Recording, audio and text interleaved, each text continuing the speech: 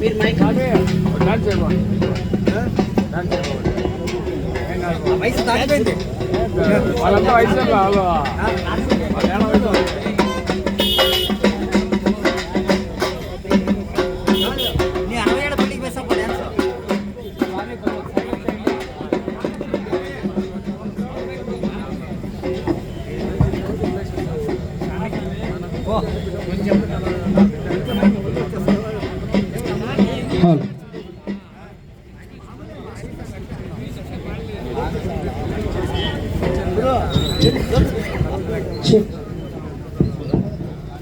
పట్టర పట్టు ఊడుం పట్టు పట్టర పట్టు ఊడుం పట్టు పట్టర పట్టు ఊడుం పట్టు హైలేసో ఓ ఓ పట్టకపోతే పొట్టకు లేదురా హైలేసా పట్టర పట్టు ఊడుం పట్టు హైలేసో ఓ ఓ పట్టకపోతే పొట్టకు లేదురా హైలేసా పట్టర పట్టు ఊడుం పట్టు పట్టర పట్టు ఊడుం పట్టు పట్టర పట్టు ఊడుం పట్టు పట్టర పట్టు ఊడుం పట్టు.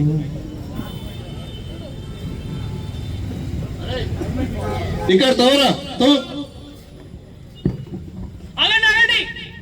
ఏం చేస్తున్నారు ఇక్కడ? ఈ స్తంభం ఇక్కడి నుంచి తీసి ఈడ మా నాయకుని విగ్రహం పెడుతున్నాం. నువ్వెవరు? నేను ఇక్కడ చాలా సంవత్సరాల నుంచి అమ్మాయి పని చేసుకొని బతుకుతున్నాను. ఈ స్తంభం తీయడానికి వీల్లేదు. ఈ స్తంభం నాది. నీదా? అవును. అరే ఎవరు అడుగుంటాడో చూస్తా. నువ్వు తోరా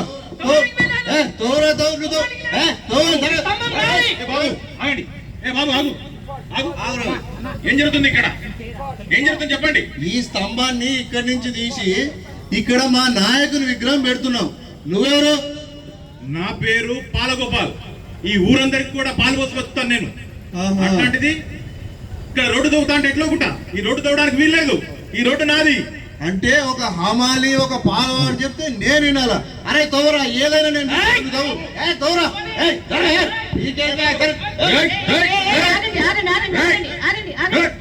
ఏం జరుగుతుంది ఇక్కడ బాబు? ఏం జరుగుతుంది ఇక్కడ? ఈ స్తంభాన్ని ఇడికెళ్ళి తీసి ఈడ మా నాయకుని విగ్రహం పెడుతున్నాం. మేడం మీరెవరు? నేను ఇక్కడ గవర్నమెంట్ స్కూల్లో పనిచేసే టీచర్ని.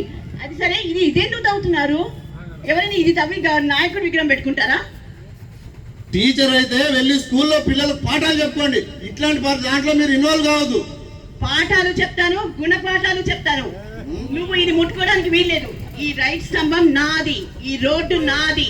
ఈ రోడ్డు నాది, స్తంభం నాది. ఈ రోడ్డు మీద. సరే, మీ సంగతి ఇట్లా కాదు, చెప్తా. మీ అందరి సంగతి చెప్తా.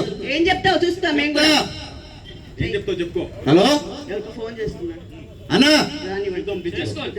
ఈడ మన నాయకుని విగ్రహం పెడతాంటే ఇక్కడ ఎవరో పాలగోపాల్ అంట, హమాలి అంట, టీచర్ అంట వీళ్ళు ఆపుతున్నారన్నా. నువ్వు అర్జెంట్ గా ఇక్కడికి వచ్చాయి. వీళ్ళ సంగతి ఎంతో తెలుద్దాం. ఓకే, వస్తున్నాడు మా అన్న వస్తున్నాడు. వచ్చిన తర్వాత మీ అందరికి ఉంటది ఒక్కొక్కళ్ళకి జింత అక్క జింత జింత. ఐవరెడ్డేనా వచ్చు అన్న వచ్చు. ఐవరెడ్డేనా వినపడుతుందా నీకు? ఏ చెప్పా ఏంది? పొద్దున్న నుంచి 2 సార్లు ఫోన్ చేసినావు. 2 కోట్లు కావాలా? ఏమో 2 కోట్ల కోసం ఇన్నిసార్లు ఫోన్ చేస్తావే నువ్వు? ఒకసారి ఫోన్ చేస్తే పంపిస్తాను నేను. మా రాజు ఉన్నాడు, రాజుతో పంపిస్తాలే. ఎవరు చెప్పకు, కానీ నేను చెప్పిన మా బామ్మడి పని చెప్పిన కదా, కొంచెం చేసి పెట్టాలి చూడు. మర్చిపోకేనా?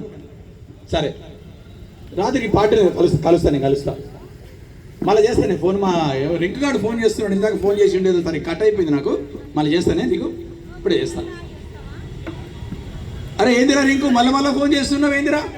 అన్నా, ఈడ మన నాయకుని విగ్రహం పెడతాంటే వీళ్ళు అడ్డుకుంటున్నానా? వీడు తోవద్దు అంటున్నారు. ఎవర్రా? ఈ రోడ్డు మాది. ఇగో అమాలి అంట, పాల భాస్కర్ అంట, టీచర్ అంట. ఇప్పుడు ఎప్పుడు మా అన్న వచ్చింది. ఏందో మీకు? నేను వచ్చిన కదా, ఎందుకు ఆలోచిస్తాను? ఏం ఏమవుతుంది? ఇగో ఈ లైట్ స్తంభం తీసి దిమాక్ ఉన్న వాళ్ళు ఎవరైనా నాయకుడి విగ్రహం పెడతారా చెప్పు? మేము ఎందుకు చూస్తూ ఊరుకుంటాం? ఆహా, ఈ లైట్ స్తంభం తీయొద్దంటవాక? అవును, ఇది నాది. మీరేం చేస్తారక? నేను టీచర్ని.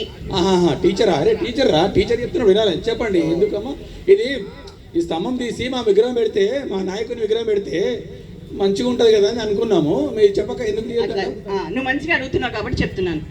ఏ గవర్నమెంట్ అయినా ఏం ఆలోచిస్తుంది? దేశాన్ని ప్రగతి పదంలో నడిపించాలని. అవునా? అవును. దేశాన్ని నడిపించాలి అంటే గ్రామాలన్నీ బాగు చేయాలి. బాగు చేయడము అంటే ఇలా కరెంటు, వాటర్, నీళ్లు, మంచినీళ్లు, డ్రైనేజ్, రోడ్లు ఇవన్నీ బాగు చేయాలి. అవునా? ఇలా అన్ని గ్రామాలకి చేయాలంటే దేశం దగ్గర, ప్రభుత్వం దగ్గర డబ్బులు లేవు కదా. మా దగ్గర ఉన్నాయమ్మా. ఉన్నాయేమో మరి తెలియదు కానీ, మరి మా ఎల్ఐసి దగ్గర ఎందుకు అప్పు తీసుకుంది?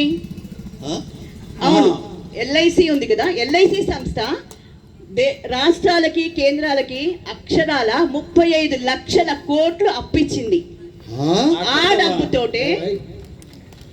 డబ్బుతోటే ఇలా లైట్లు, రోడ్లు, ప్రజలకు కావాల్సిన అన్ని వసతులు ఏర్పరుస్తుంది.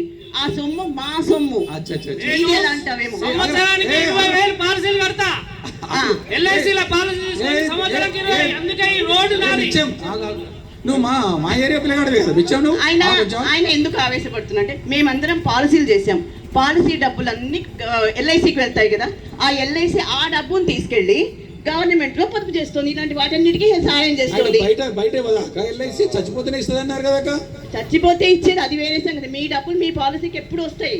అది కాకుండా మనం కట్టే కిస్తులన్నీ గవర్నమెంట్ పొదుపు చేయాలి. గవర్నమెంట్ దగ్గర ఇలా అప్పులు ఇచ్చి ఆదుకుంటోంది. మళ్ళీ మన డబ్బులు మనకే వస్తున్నాయి. కాబట్టి మా సొమ్ముతో ఏర్పరిచినవి మేము ఎందుకు ప్రజల సొమ్ముతో ఏర్పరిచినవి అంటారు నువ్వు? అవును, అంతే. అరే రింకు కదా అన్నా, ఉల్లగాడు ఏమన్నా తలకాయ ఉందా నీకు? అసలు నన్ను కొట్టినవేందన్నా? మనకు పబ్లిక్ లో మంచి మాట తీసుకురావాలి కానీ మన పార్టీకి నాకు ఇంత చెడ్డ పేరు చేస్తావురా నువ్వు? అవులాగాడు ఉన్నావు. తప్పైందన్నా. మనం కావాలంటే వేరే దగ్గర పెట్టుకోవాలి కానీ అక్క ఇంత మంచిగా చెప్పింది. టీచర్ అంటే టీచర్లు చెప్పింది వినాలి మనం. అప్పుడప్పుడు టీచర్లు అంటే కరెక్ట్గా చదువుకుంటారు, మంచిగా చెప్తారు. ప్రజల సొమ్ము నిజంగానే కదా. మొన్ననే మన ముఖ్యమంత్రి కూడా చెప్పిండు, మేము ఎల్ఐసి దగ్గర 3 లక్షల కోట్ల రూపాయలు అప్పు తీసుకున్నామని చెప్పి. అక్క చెప్తుంది 35 లక్షల కోట్లు దేశం అంతా ఇచ్చిర్రంట. మనం ఇవన్నీ తెలుసుకోవాలరా ప్రజల్లో పనిచేసేటప్పుడు. సరే ఆడియో చేశాను అడవదురా అక్క. చాలా మంచి మాటలు చెప్పినావు అక్క. నువ్వు ఎప్పుడైనా పార్టీ మీటింగ్ పెడితే పిలుస్తా. మేము ఇట్లాంటి పనులు చేయము అక్క. అప్పుడప్పుడు మీరు చెప్పాలి అక్క. ఖచ్చితంగా ఇంకేమంటే చెప్పాక. మంచి మంచి సంగతులు వింటున్నావు, అది నాకు నచ్చింది. మంచి లీడర్వి. ఖచ్చితంగా మీ వాళ్ళకు కూడా నేర్పించు. ఇట్లా ప్రజల ధనం దగ్గరికి రావద్దు. నేర్పిస్తా. ఇప్పుడు చెప్పండి, ప్రజల సొమ్ము ప్రజల కోసమే. ప్రజల సొమ్ము ప్రజల కోసమే. ప్రజల సొమ్ము ప్రజల కోసమే. జై ఎల్ఐసి. జై ఎల్ఐసి. జై ఎల్ఐసి. జై